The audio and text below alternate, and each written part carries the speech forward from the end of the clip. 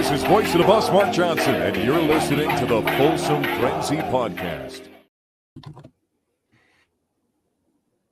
Welcome to the Folsom Frenzy Podcast. My name is Jake, and we got the whole crew here. We have Sarayas, Topher, and Chase with us. Guys, last game of the season, and it was a heartbreaker. If heartbreaker is the right word, I don't know. We'll talk about it. But Buffs lose to BYU 36-14 in the Alamo Bowl. Before we get into it, I want to give a quick shout out to our socials. If you guys could please subscribe to us on YouTube, comment, like, do all that you do. That'd be great. We really appreciate it. We're trying to grow our YouTube presence. But guys, let's get into it. It wasn't a fun one. What were your guys' thoughts? I guess actually before we get into it, Sarayas, you went out to the game. Do you want to kind of tell folks about the bowl game environment? I think it was a lot different than the last two Alamo Bowls. Yeah, so to be fair, I wasn't out there in 2020, and I wasn't out there in 2016 either. So I missed both of those blowouts. I heard both of those well, maybe not so much 2020 because of COVID, but then 2016 I heard it was kind of like a great turnout again, and then got embarrassed, and a lot of people have negative feelings towards the Alamo Bowl because of that. Well, I'll tell you what, if there was a good showing last time followed up by a stinker, this was that on steroids, because the showing this time was insane. It was insane. We went out to the Riverwalk on Friday night, and it was like walking around Pearl Street, right? Pearl Street still had bars. They didn't keep shutting the bars down. It was literally like being back in Boulder, just seeing Buff stuff everywhere. Clearly, like, there's almost no BYU, which makes sense. It's not really in their, like, it's not part of their culture to go out to the bars the way that it is for us. We just took over that whole place. It was unbelievable. Sarayas, what percentage of CU fans would you say was there? I guess maybe for like the non-bar festivities. Okay, I was going to say bar festivities was like 95% CU fans, 4% locals, 1% BYU. I mean, shout out to those 1% BYU fans. yeah, and there were locals out, of course. There were locals out. It's just a fun place to hang out. Riverwalk's great. I know you guys have been. I know Chase, you've been for sure, right? Because you went out to the Alamo Bowl last time. Very fun vibe. I was impressed with San Antonio, and I'll definitely need to find an excuse to go hang out there at some point in the future. But the actual game, like going in, it was a super CU partisan crowd.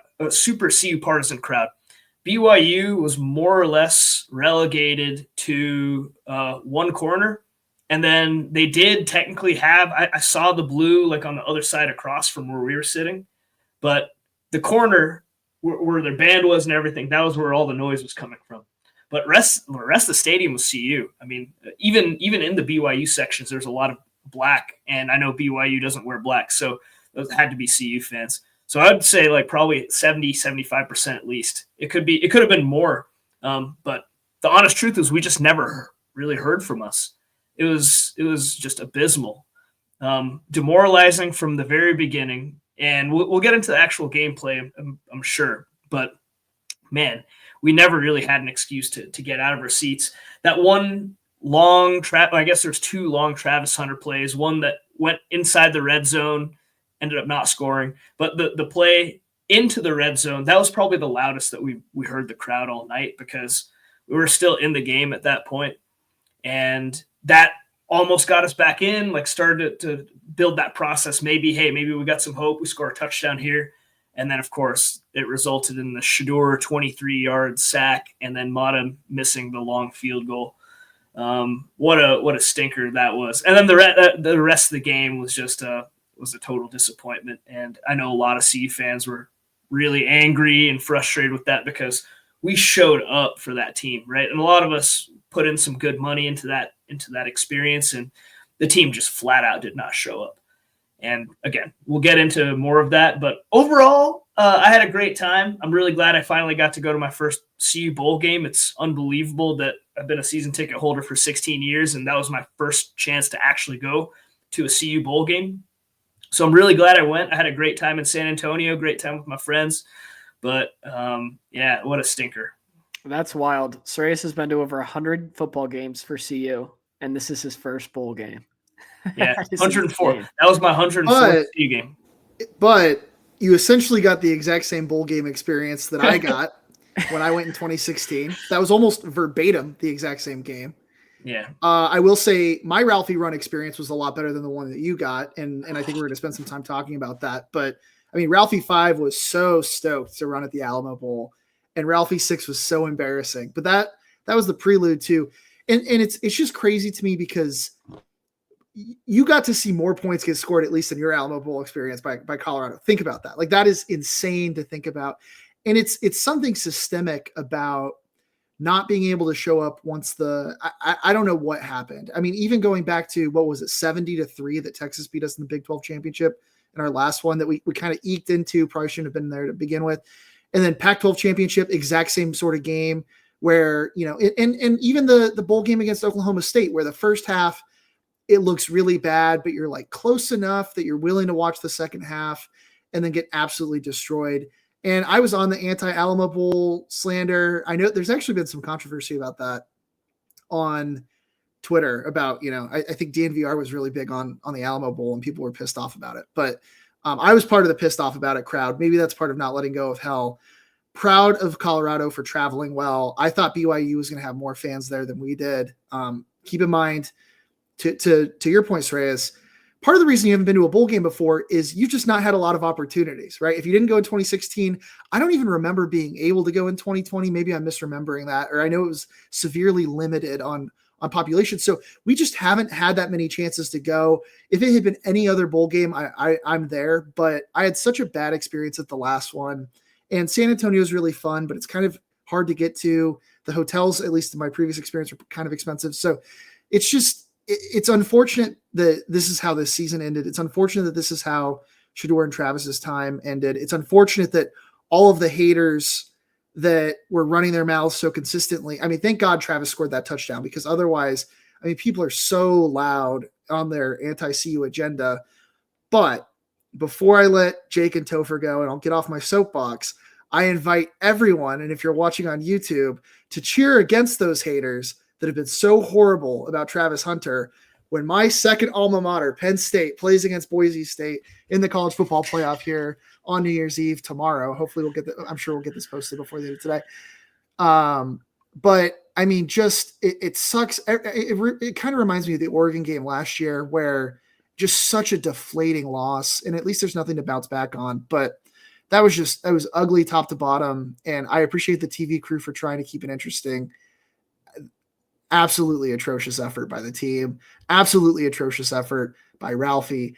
Absolutely atrocious effort, frankly, by the coaching staff as far as making adjustments.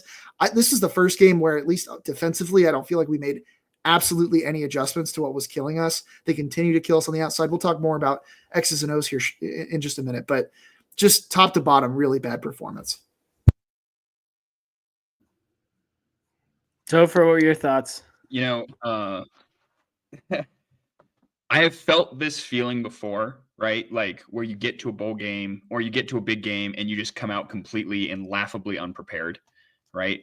Except when I did it, it was for my youth football team. And I remember that feeling going, God, I should have watched more film. I should have been more ready. I should have known that was the play. That's exactly what the coaches were preparing us for. And that's exactly what they ran. That's exactly what they beat us on. The only problem is, like, we had a whole month. We had a whole month of practice, of getting healthy, of preparation, and we looked laughably, woefully unprepared in this game.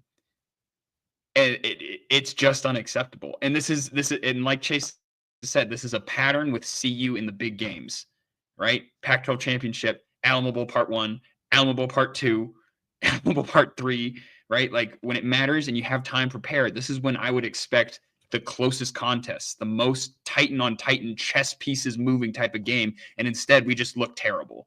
And so that just sucks. But alas, we have great quarterbacks coming in. We still have a talented room, wide receiver room. We go into next season and we get ready. But, I'm sick of this feeling. Yeah, honestly, I don't have much to add. I'm trying to forget this game so fast. And yeah, it was just a sad disappointment all around, just looking at the stats and trying to gather who our player of the game should be. It's sad. Shedeur with 2 picks. the defense just could not stop this BYU team, who CU fans were calling frauds a couple weeks before when they were playing Houston. And it looks like they were struggling against the Houston team, who wasn't very impressive in Big 12 play. So it's just sad, because I don't know if BYU is as good as a team as they are. Maybe they are. But yeah, it's just a bummer to go out this way after winning the Heisman. Looking back, I'm not surprised. When I was picking this game on our podcast last episode, I said I was going back and forth. Here's my pledge to you all. I'm going to pick the games objectively next year, and I'm not going to let my heart get into it. And I'm going to predict how I think it's going to happen. And I did that for some of the games, like the Nebraska game. I knew they'd be playing pissed off when they played CU. But this BYU game, I had a feeling CU would come out a little bit sleepy, just coming off the Heisman and all the hype for Shedeur in the draft and stuff like that. So it was just kind of sad to see him go out this way. Yeah. I'll say this. It was very consistent with how CU played against smash mouth teams all season.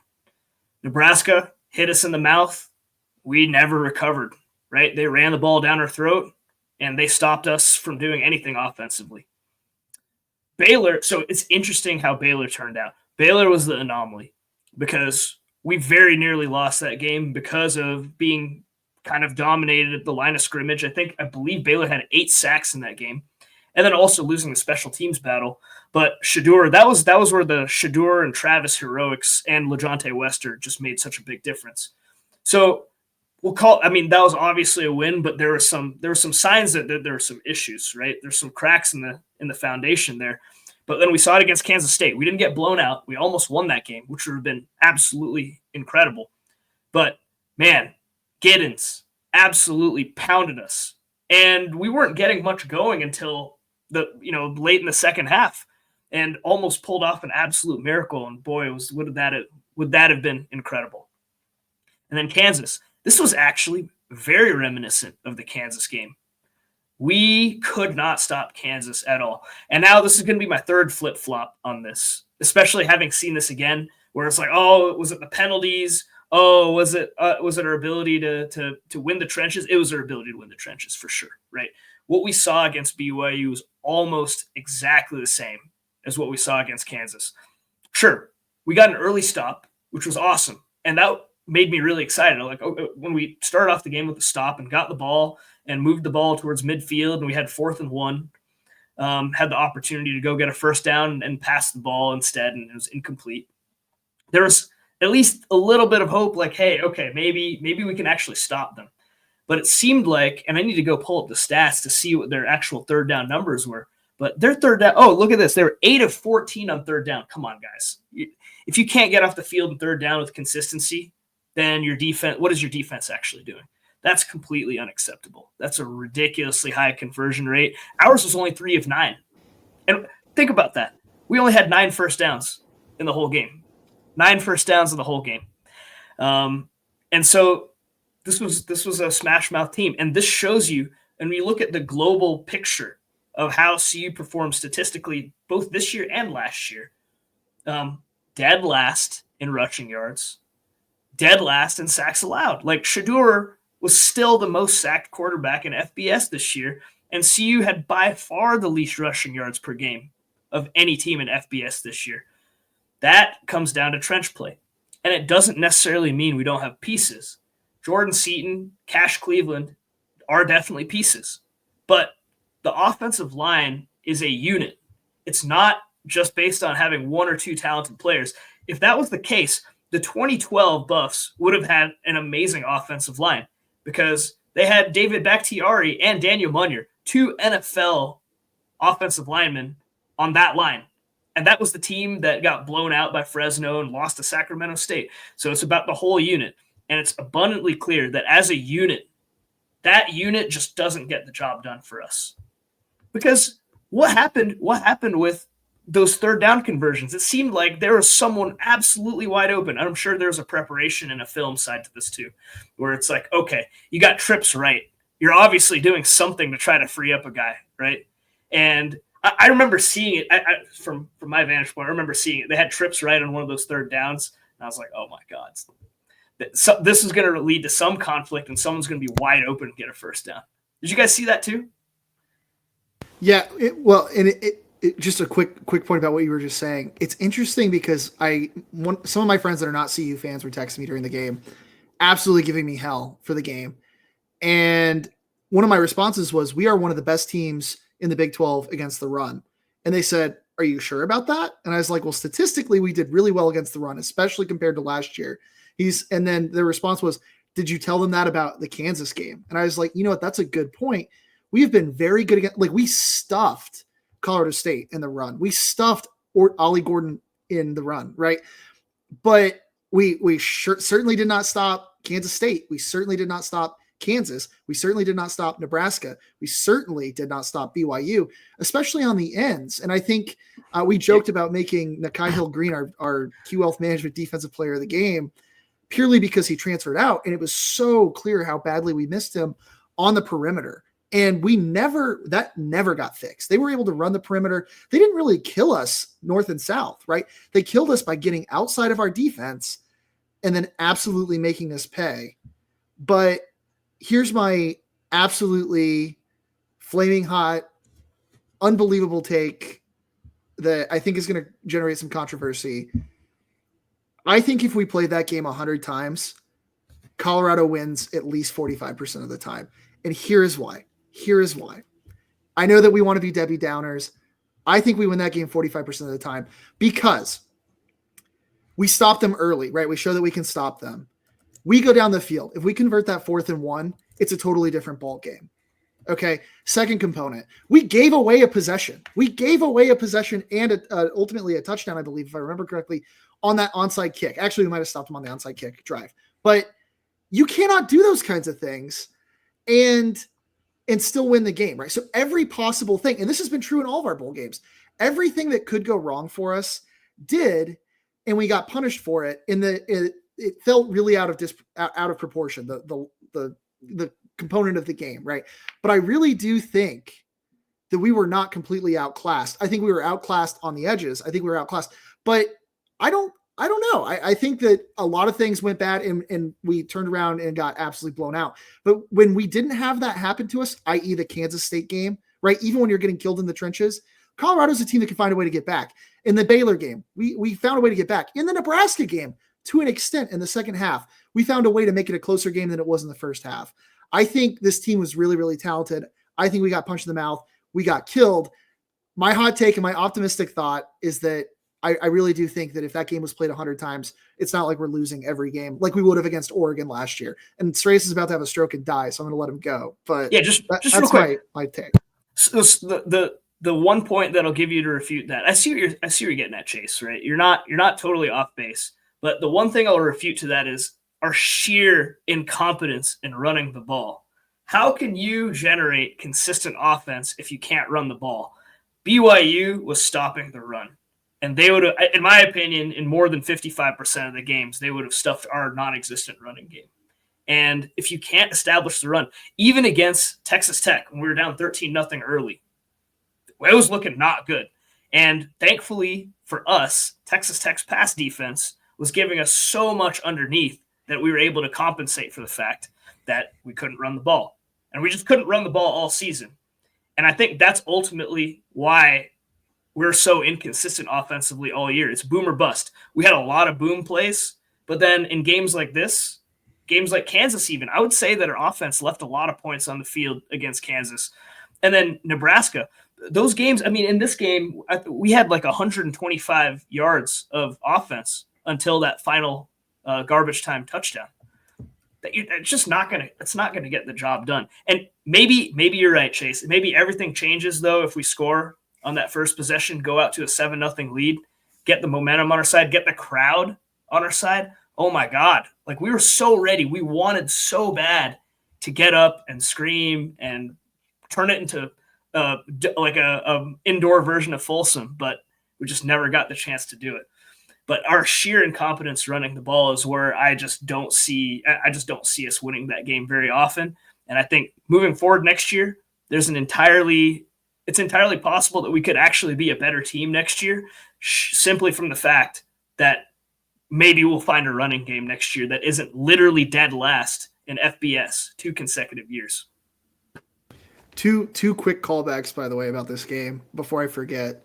One, I have found out that when I bless a Colorado player or entity, I can only bless one at a time because Mata missed that field goal and broke my heart.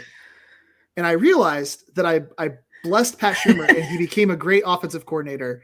And then that kind of disappeared once I started blessing Mata. But then you blessed Joe.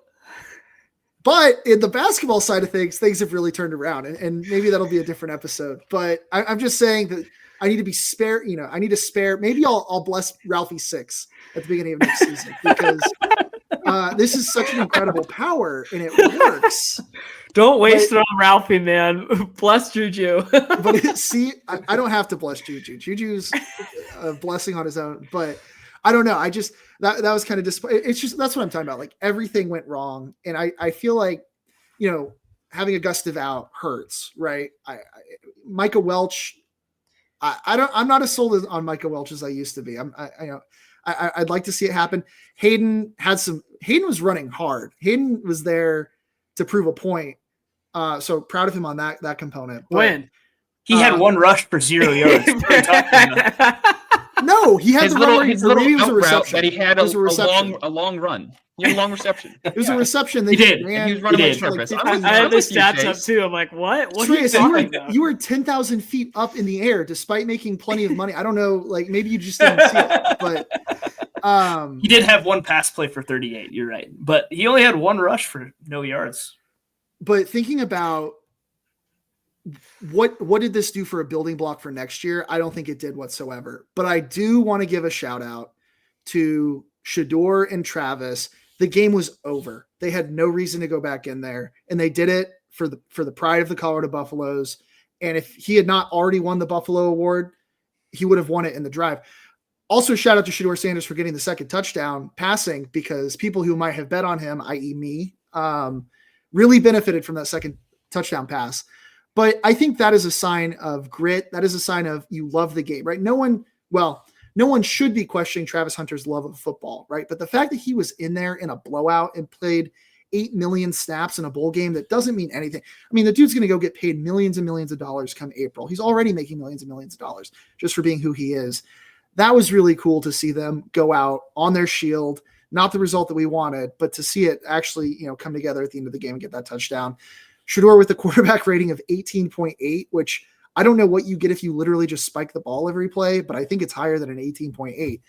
But that doesn't necessarily reflect. I mean, there's a lot of things going wrong in that game on the line and so on and so forth.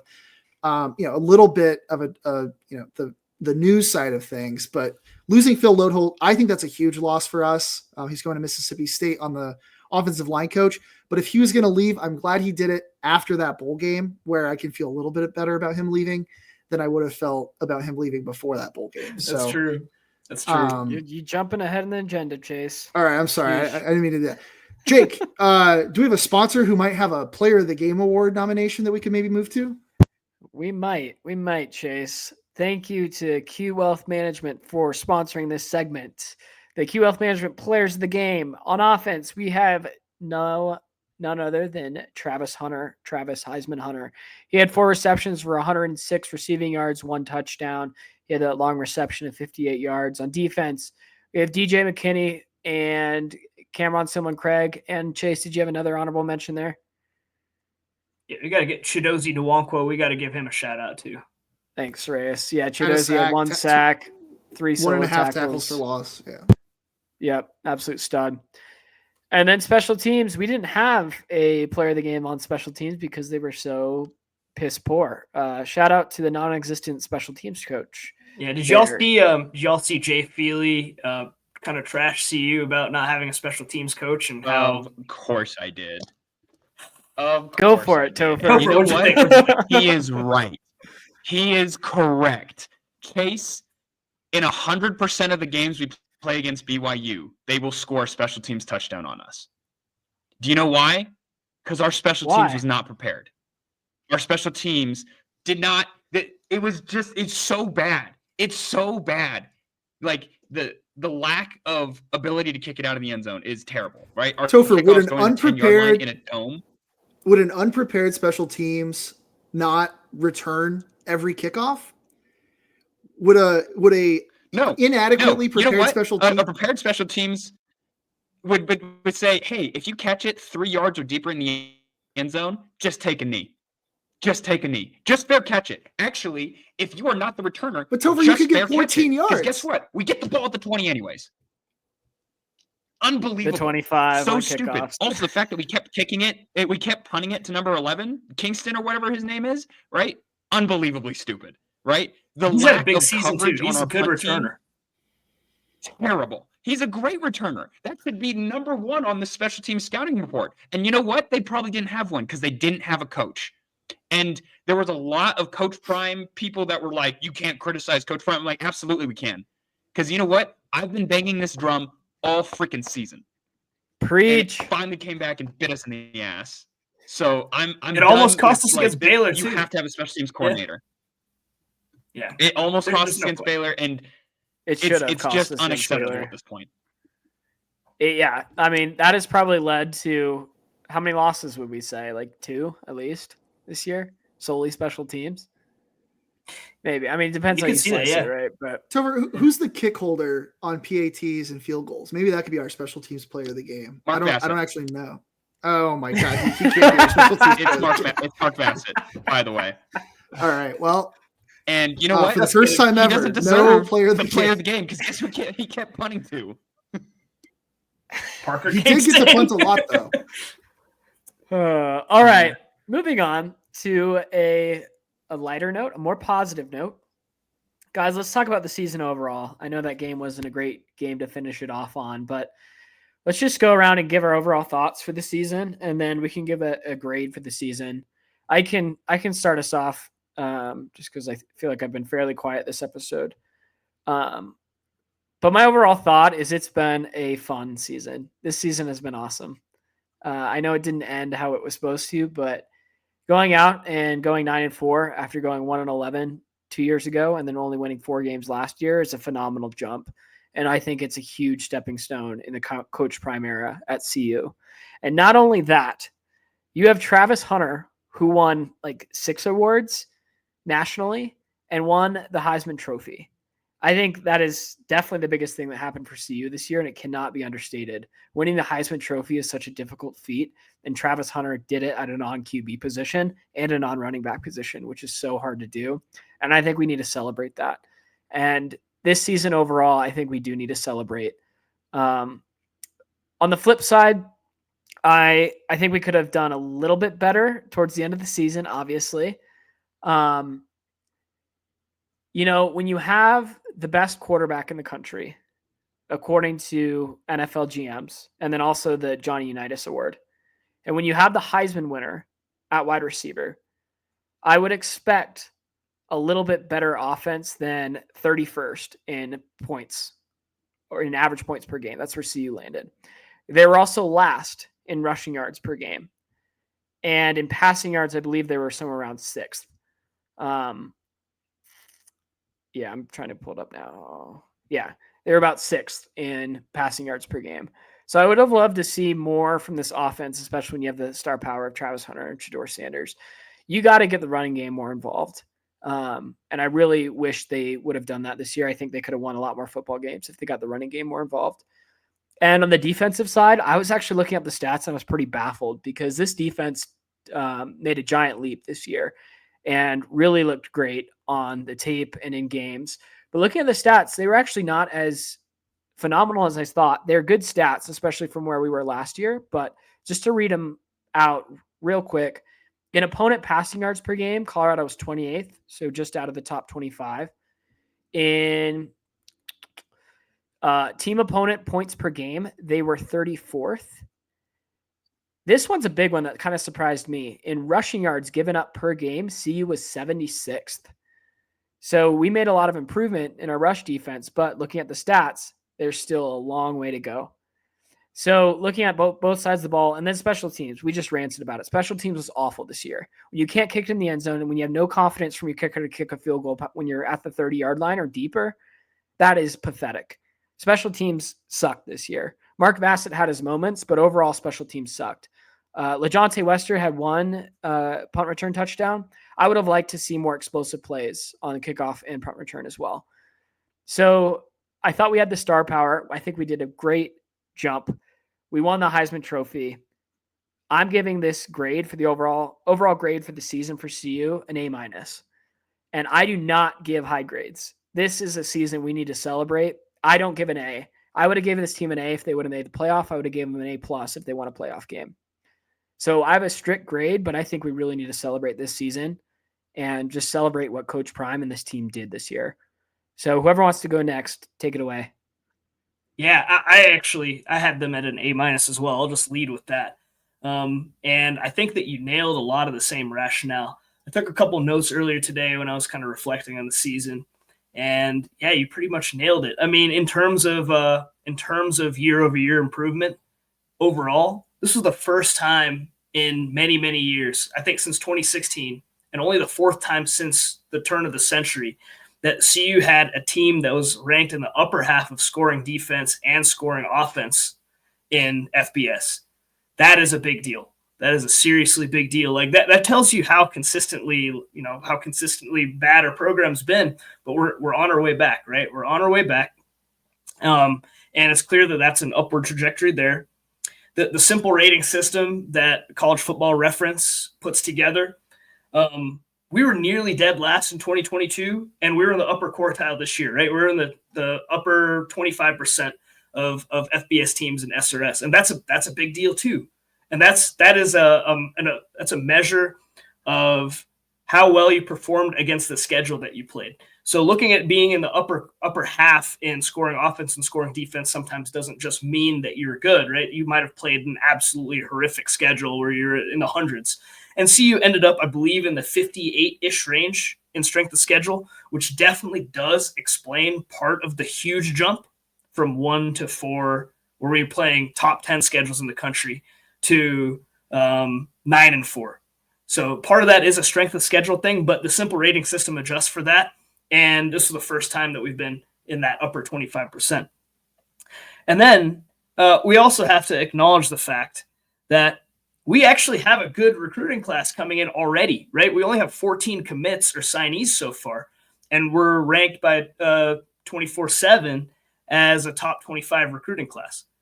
For comparison, after the Rise season, where we went to the Pac-12 championship and won 10 games, our recruiting class was ranked 32nd with 31 commits. So we had more than twice the number of commits, which does increase your recruiting ranking. And that resulted in a lower ranked overall class than where we're at right now. And that could very well improve between now and the end of the window. So there's huge potential here for this recruiting class to continue on this momentum and keep pulling us forward, which was something, unfortunately, that the post-Rise years with McIntyre and then Mel Tucker, we were never able to quite get there. And finally, Jake nailed it with the Heisman, but just overall, I love this media hype. It's amazing. It is absolutely amazing. There's no worse outcome for a college football team than abject irrelevance, right? Where there's no reason to talk about you. You don't exist. We're so relevant that our season, which was massively successful in terms of when you add the context of where we were coming from, has resulted in multiple viral posts, like absolutely viral, like millions and millions of views and tens of thousands of likes, that are trashing us for playing a weak schedule and being, having our record inflated. And that's as a non-playoff team. I saw people trashing Indiana and SMU. They made the playoff. We didn't even make the playoff. We didn't even make it to our conference championship. And people are finding the time and energy to comment on us. And that's because Bleacher Report, ESPN, Rivals, you name it, every major sporting news outlet in the country is riding that train, whether it's for clickbait or rage bait, or whether they're genuinely excited about what's going on. And that bodes so well. It bodes so well to have the team that we have now, which is rebuilding and headed in the right direction, but not great, clearly, like we definitely are not. We were not a great team this year, and we showed it when we got punched in the mouth in those 4 games that we lost against physical teams. But we're being treated like we're a playoff team. We're being treated like basically the kings of the castle even before that. And that is so important. Like, it's so important for branding. It's so important for the program relevance. It's so important for recruiting. And as long as Prime stays here, that is going to continue to happen. And that is an amazing, amazing thing.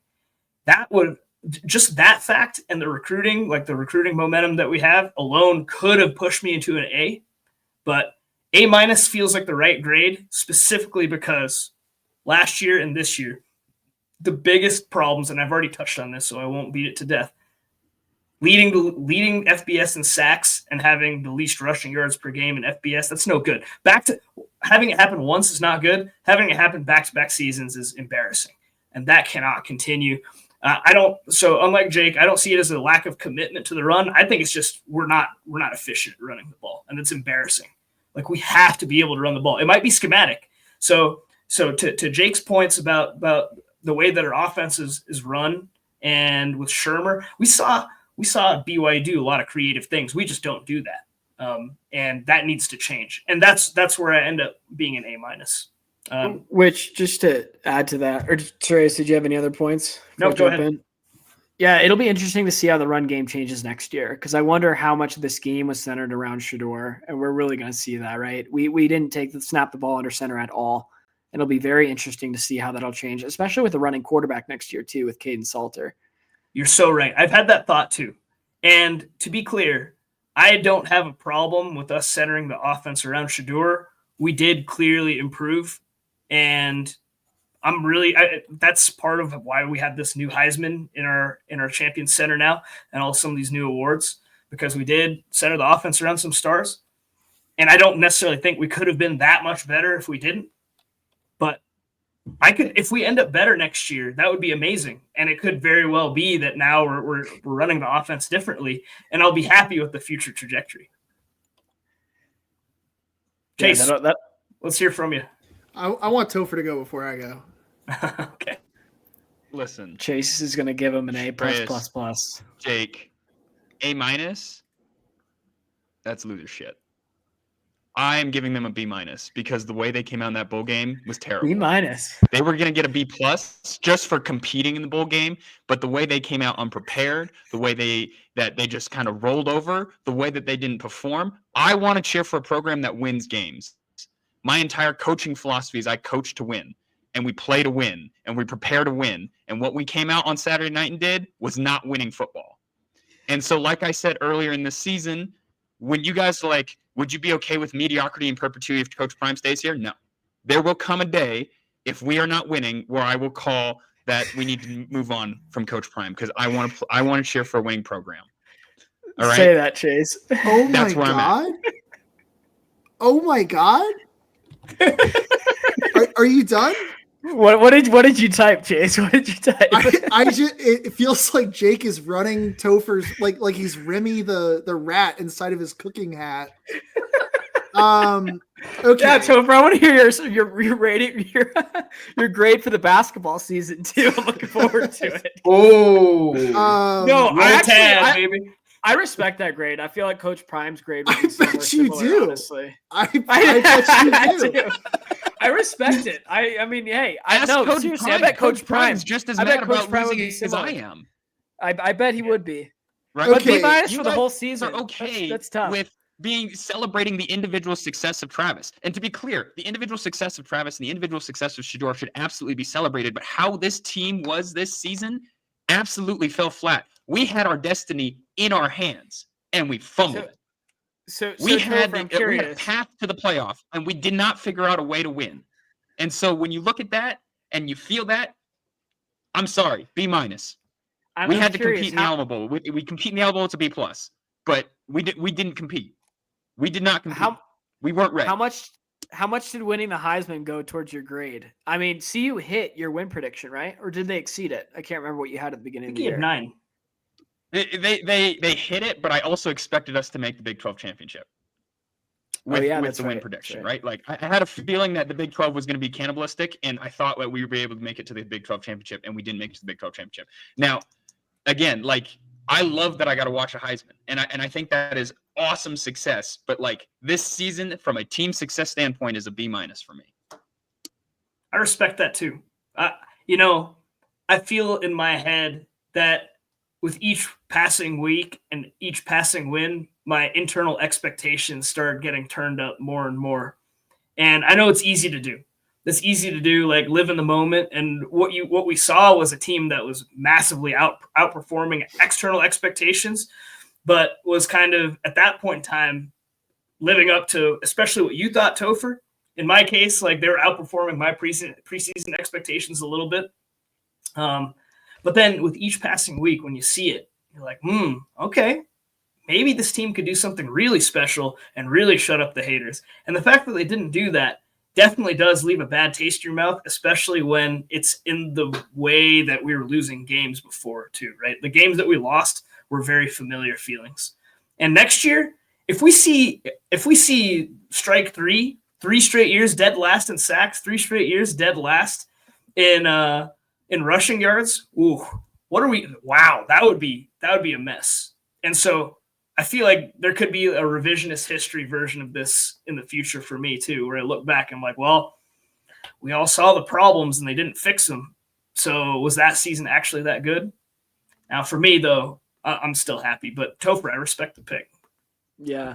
Just to add one more thing, if I would have told you guys 10 years ago that CU had the Heisman Trophy winner that wasn't the quarterback and the number 1 draft pick that is the quarterback that won the Unitas Award, and they didn't make it to the Big 12 championship, what would you guys have thought?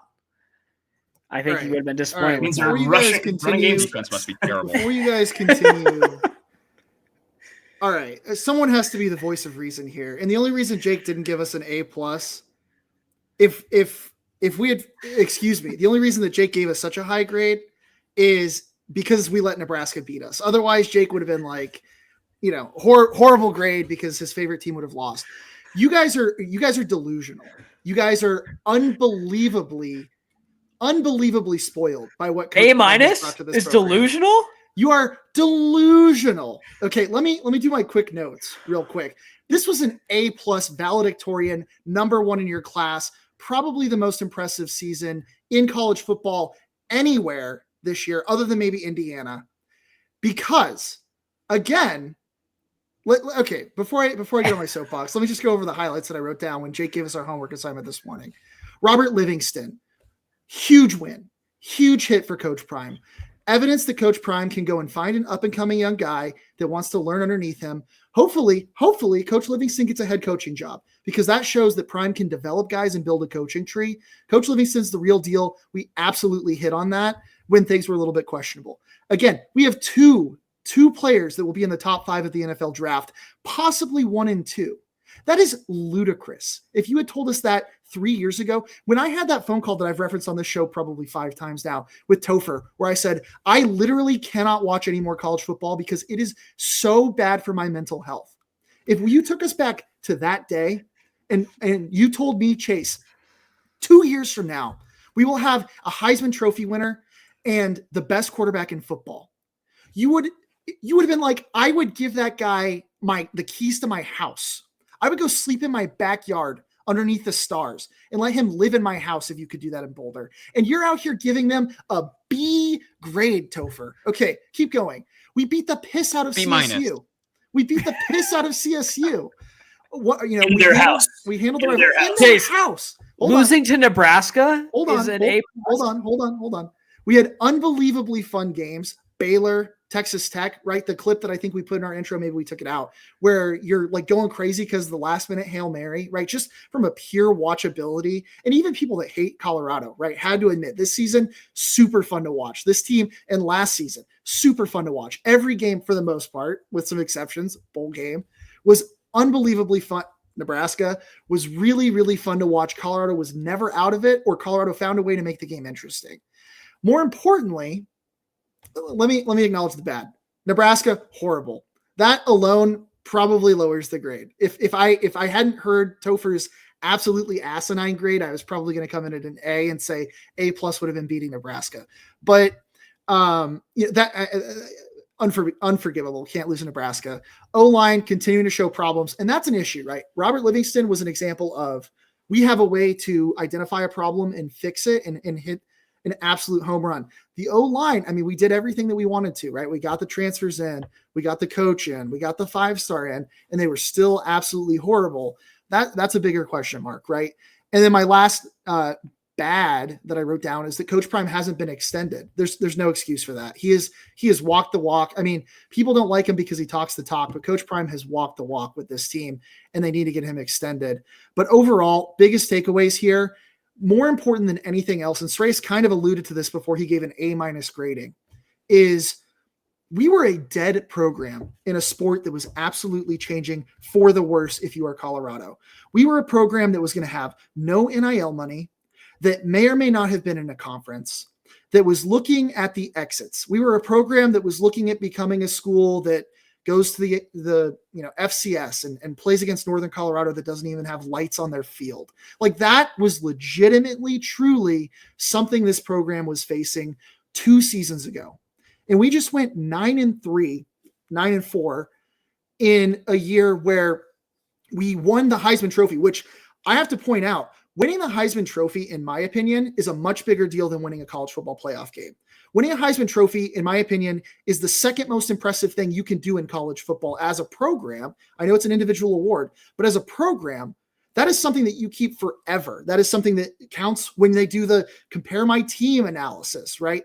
Like that is such a big deal. The Heisman Trophy is the biggest individual award in sports, period. It's bigger than the NFL MVP, right? It's iconic. That is a huge win for this program. So if we couldn't win the national championship, if you'd had me pick between the Heisman for Travis or winning one college football playoff game, I would have picked the Heisman, right?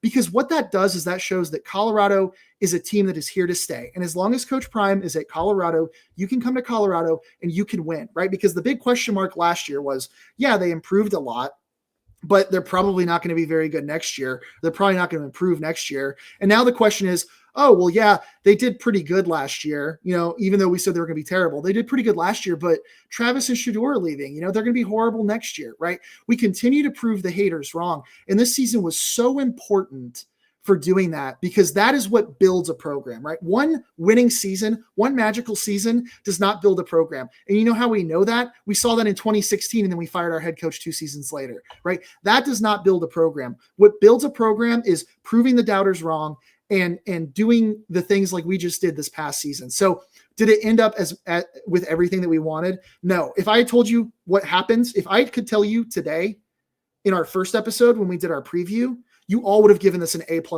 grade. You would have gone, oh my God, we won the Heisman. We have 2 players in the top 5 picks for real, right? Like, you'd be like, yeah, we lose some games. This is a team that has some growing pains. They went 1-11 2 years ago. Like, this program has been saved. We were facing death's door, and now we are one of the fun, flirty teams to win, right? Like, that's where you lose me. And I guarantee you, I hope, if you're watching on YouTube, please go in the comments and give us your grade. I know some people are going to be downers about it, but I just think when you think about the context of where we are today, right? Did everything go our way? No. Did we lose to Nebraska? Yes. Does that make me want to kill myself? Yes, of course. But in the grand scheme of things, the program is alive and on the upswing, and that is way more important than competing in the Alamo Bowl. Who cares about the Alamo Bowl? Our program is safe, and our program is building, and the future is bright. That is what was important. A+ valedictorian grade, in my opinion. It's defensible too, right? A+ Both of you guys, I think valedictorian grade. Unbelievable. Probably so second in our class after Indiana. Losses, Yeah. right? I think we have 4 losses. Of our 4 losses, 3 of them were blowouts. Sreyas, what was our Right? average scale of loss? Did we have 0? It was 30 points per game, and most of that damage was in the first half. also 0 top 25 wins, right? Yeah, in the end. 0 top 25 wins. All we've seen from this season is, I agree, we are on the upswing. We are on the right direction. I don't disagree with any of those things, but if we look at this season individually, in the big games, we fell short. In the big games, we were unprepared. In the big games when it mattered most, we fell flat. And as a program, we can't sit there and go, A+. Keep doing that. If we want to build, this isn't the end. This is a stepping stone. B-. We And do also- not have an away game against Washington State next year. Our program has more NIL money than the majority of college football programs. We are on the right trajectory, and you're not trajectory is something else. We're grading you don't build Rome in a day, right? This season validated everything that we needed to see I'm not to know that we were on the asking right to build track. Rome in a day. We're grading We this validated I'm season. saying we are on the right track. everything we had. But if this is an A+ season, every A+, like next season, if we go win a national championship next season, that's an A+ season. But Absolutely. to me, that should be an A+ season. This should be a B- season. This should not be the result that we are okay with. This should be like that we are absolutely going in the right direction, because 2 years ago was an F. All right. I mean, last year was It was probably worse a C. than an F. So the point I was Right? going to make is our scale here is distorted by the fact that 2022 wasn't just an F. If you think of an F as being a 60%, 2022 is like a 0. That's like getting a 0 on a midterm or a final. 5%. They won one game. No, 2022 was like, you have been convicted to life in prison and we are going to execute you. And now 2024, we are the senator for the state of Colorado, and Topher's pissed off because we didn't win president of the United States. That is what we are talking about. we were going to be executed on death row. And now we are the CEO of Microsoft, and Topher's pissed because we don't run NVIDIA. Like, that is what we are talking about, right? This is not like a minor difference. Like, this is a substantial. We were facing But do you wanna run existential NVIDIA? crisis. Chase, you sound like me. But do We're you wanna all run in each NVIDIA? other's heads. Of course. Me But and guess what, Topher Topher? on the same page. It's a Chase on the same We're page. all like puppeteering each other's brains Let's- right let's- now. let's I feel take like a I'm step listening back to real myself quick. from Chase now. I personally, I was in between a B+ and an A-. If they didn't win the Heisman, I would have given it a B+. And here's the deal, Chase. Who's the best team we beat this year? CSU? Baylor. Probably Baylor's good. Baylor, Baylor's a good 6 team. and Baylor's a 3. good team. No, 8-4. CSU had the most wins. Baylor's 8-4. And do they play today? Here's the difference. I think I'm looking just at conference. You I'm looking all at were conference. you were all with me in the fourth quarter watching Oregon hang, I don't remember, their 900th point of the game in 7-degree weather outside. And like, it's just that, like, perspective is everything. And when you're rebuilding a program, it is not reasonable, right? Okay, if Coach Prime went into Alabama and they went 9-3, I'd be like, I get it, right? But that's not what this is. That it's like, you are asking for the moon and you're upset because you're in the stars, right? Like, we are doing the right things. And if I had told you the day we hired Coach Prime, Topher, I'm sorry, we're going to go 4-8 next season, you would have gone, this is the greatest day of my entire life. And I'm going to go, well, hold on.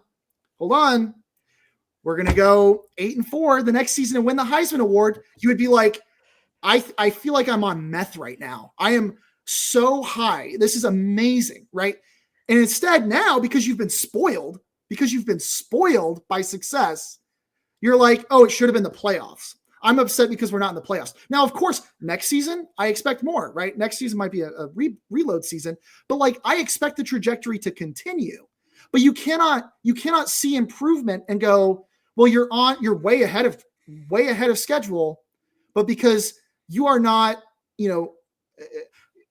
you're a financial advisor, okay, you get a B- because you're 26, you don't have $3 million in your account to retire. That's not what we're looking at. We're looking at, did this season show that we are on the right path? Absolutely. But for someone to get we an didn't A+, beat the top 25 like team. an A+ That's because this season, an A+ this season would be just competing in these games. In the big games, we fell flat. How are we okay with that, right? Like, Kansas was a big game, and we came in and we felt a generational hater. A generational hater. Like, it's just a At generational least Chase is hater, consistent. right? Like, It was we crazy. engage in these games. what's If you're- crazy is Topher's going to turn around and be like, I think Tad is the solution to basketball forever. And Jake is going to go, what happened to you? Right? Like it's the same argument, right? But like, it's just, I don't know. I just think, like, to take away from this season because of a bad bowl game appearance where bowl games don't really mean anything. Now, of course, you say bowl games don't mean anything if you lose in a bowl game. And if you win the bowl game, you're like, of course it matters. What do you mean? Why would you play it? But I don't know. Like, I think the you have to trust the process. And maybe I'm the only one who believes in the process. Topher expects to just gain 60 pounds of muscle mass on January 1st when his New Year's resolution kicks in. I don't know. Like, I think you have to see that we are going the right direction. And Jake, to quickly counter your point, we didn't have any top 25 wins because the college football playoff voters hate the Big 12. They cannot stand us. They want us to lose because they're too busy ranking very mid SEC teams above everyone else. But I don't know, like, how's that relevant? We lost to Kansas State and BYU. There's your chance to get a top 25 win. Yeah. But I think you guys have been spoiled, and I hope that we continue to move on a trajectory that is appropriate for you all. But I don't think that we can take away from this team and what they've done and what Coach Prime has done. Yes, there are flaws. Yes, there are areas for room for improvement. But like I said, like the way that we have to evaluate, you have to think about the job that he is doing with what he inherited. And I think the fact that Shreyas wasn't with you on an let me rephrase this. Let me rephrase this for you, Chase. Do you think losing the Alamo Bowl is the best that this team could have done coming into this season? Right? Like, given the talent, given what we had, that result, getting blown out in the Alamo Bowl is the best this team could have done. And if that is the case, then make peace with your A+. If it isn't, then join me in the B-. No, absolutely not. But what I will say is that what could have happened, what totally could have happened, is Colorado goes 3-9 this season, and Coach Prime is on the hot seat, and everyone's going, "Oh my God, we thought this was so special." And every game is on the CW network, and the Big 12 doesn't invite us last year. Like, you have to think about anything that, like, all these different things that could have happened, right? If we had gone 3-9, I would have been like, yeah, that was an B- season, right? You're not being objective. We're all saying it was a good season. But the grading scale is so different, right? No, Topher's giving it a B-. I mean, like, in the world of grade inflation, like, that is a bad grade. I just think that's like the smartest kid in the average American classroom. I got B- throughout college and engineering school, guys. Like, I turned out great. It's fine. You don't have to get an A to B's get degrees. Come on. You are effectively saying that we are going to be Shreyas, and that's how much you hate the CU football program. I don't know. I don't want to get totally in the weeds, but I just think that I appreciate your guys's, like, from Jake, I expect it, but from Topher, I don't know. That caught me off guard. Well, at least you're consistent because you've given every basketball season an A++. So sorry, go for it, Shreyas. Yeah, this is the part where I agree with Chase. You guys remember the stats that I pulled together right after the regular season ended, looking at how our football power index has shifted in the last 2 years, right? CU was amongst the top 5 most improved teams by FPI each of the last 2 years. And actually, I believe that they were the number one last season when we went from 1-11 to 4-8. But again, the wins and losses don't tell you the full story, right? The level of improvement, the competition that you play, the performance in those games, the fact that we were in most of those games, that's where a lot of that improvement came. And then I believe this year we were either 4th or 5th most improved. Back-to-back seasons of double-digit FPI improvement is wild. Like, that really is incredible. And the comparison that I'll give you is back in my sophomore year in college, I had an F in DiffyQ. I was failing DiffyQ all the way until the end of the semester, right? And then on the final, I almost got a perfect grade on the final. I had one of the higher grades in the class. I ended up with a B- in the class, right? Saved my college career because at that point in time, I wasn't even sure if engineering school was going to be for me at that point because I was struggling so bad. But that saved my grade in the class, and I ended up doing well. And in some ways, that's kind of what we're looking at now. Like, we have suffered for 20 years, and we've been bad, and we've needed to save the program and pull ourselves out. So I would totally agree. Like, we got an A+ with bringing Prime in. Prime is an A+++ higher for CU. We could not have possibly done better to save the future of our program. And I think that moving forward, he's going to continue to prove that. And then we'll have an objectively A+. If we're grading each season on an objective rubric and not just looking at context, which does matter. It does matter to the quality of the hire, and it does matter to the trajectory of the program. But if we're just looking at it objectively, like how well did this team perform on a scale of how the whole country performed? I already came out and said we were in the about 76th percentile in a simple rating system or so. If you look at that, that would be equivalent to about a B plus type of season. For us, we know that there's other factors other than just the performance in the field. There's the Heisman, there's the hip, there's the hype, all of that stuff going on. And that definitely brings it into an A. I think Jake, myself, and Chase, we all agree on that side of it. I can see where Topher's coming from too. But it's hard to give this an A+ season knowing that there's so much more to go that we will get from our A+++ higher in Coach Prime. I wish 25 years of Carl Durrell on Topher. I assign 10 years of Dan Hawkins on Sreyas. I've already done that. I don't need that again, Jeez. And I give 5 years of Embry to Jake for your respective illusions. Hey, well, Chase, I for hope all giving your this, employers are like Mel Tucker. Oh, damn. Chase, for And he's for giving silent. The silence. For giving this team an A++, it's kind of weird that you're wearing a Penn State shirt on right now. I rest my case as I grab the paper and that is also collect it's an A++. Oh, we don't need to talk about James Franklin today, do we? All right, guys, that was a good discourse. Just wrapping up here, talking about some other news towards the end of the season.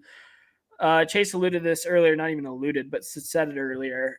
Phil Loholt and Coach Vincent Dancy are both moving on to Mississippi State. Loholt is obviously the offensive line coach, and then Dancy is the defensive end coach. Two fairly big losses. I think a lot of CU fans really loved Loholt and even Dancy. He had his own Twitter account called Coach Dancy's Fade, so he was a fan favorite there on the Well Off Media videos. In other news, the transfer portal is still portaling. I don't know if we talked Caden Salter on our last podcast, but he is obviously probably the biggest pickup that we got so far in the portal, just because he's a big quarterback name, had a great career at Liberty so far, and he could be the starter. It'll be an interesting quarterback battle between him and Juju. But guys, do you have any final thoughts? Do you have any thoughts on that? Just want to open it up before we close it out. I'm excited. I'm excited for more recruiting, more linemen. I know we got that lineman from Texas A&M. That'll be an interesting one. It seemed like he hadn't played as much there, and I'm hoping this doesn't end up like some of the higher recruited players we got 2 years ago that ended up not playing well because they were kind of busts, kind of. But that's what you need. You need more beef, and I think we'll have to follow up and see how excited we are about next season after that's done. But we're headed in a good direction now. I'm really excited, guys, and I'm glad we had this chat. This was very therapeutic for me because it was very crushing. The Alamo Bowl did hurt a lot, especially being there and just knowing how close we were to just having just this whole stadium on our side. But the future's bright, guys. I'm excited. With that, Coach Prime, if you need a special teams coordinator, let me know. I wouldn't be very expensive either. Huge fan of the podcast, Coach Prime. At 1 hour and 3 minutes into our recording, Topher finally makes his pitch. I'll clip it. Don't worry. Coach Prime will see it. So with that, Start work on your resume.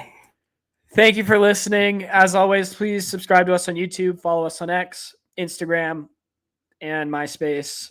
With that, what a great football season. I think we all had a blast watching the Buffs. We'll have a few episodes for basketball. I know Sreyas and I are both going to the Iowa State game tonight, so stay tuned. This will not be the end, and we'll talk more football as well in the offseason. Thanks for listening. Let's go Buffs, guys. Let's go. Let's go Buffs. Let's go, Buffs.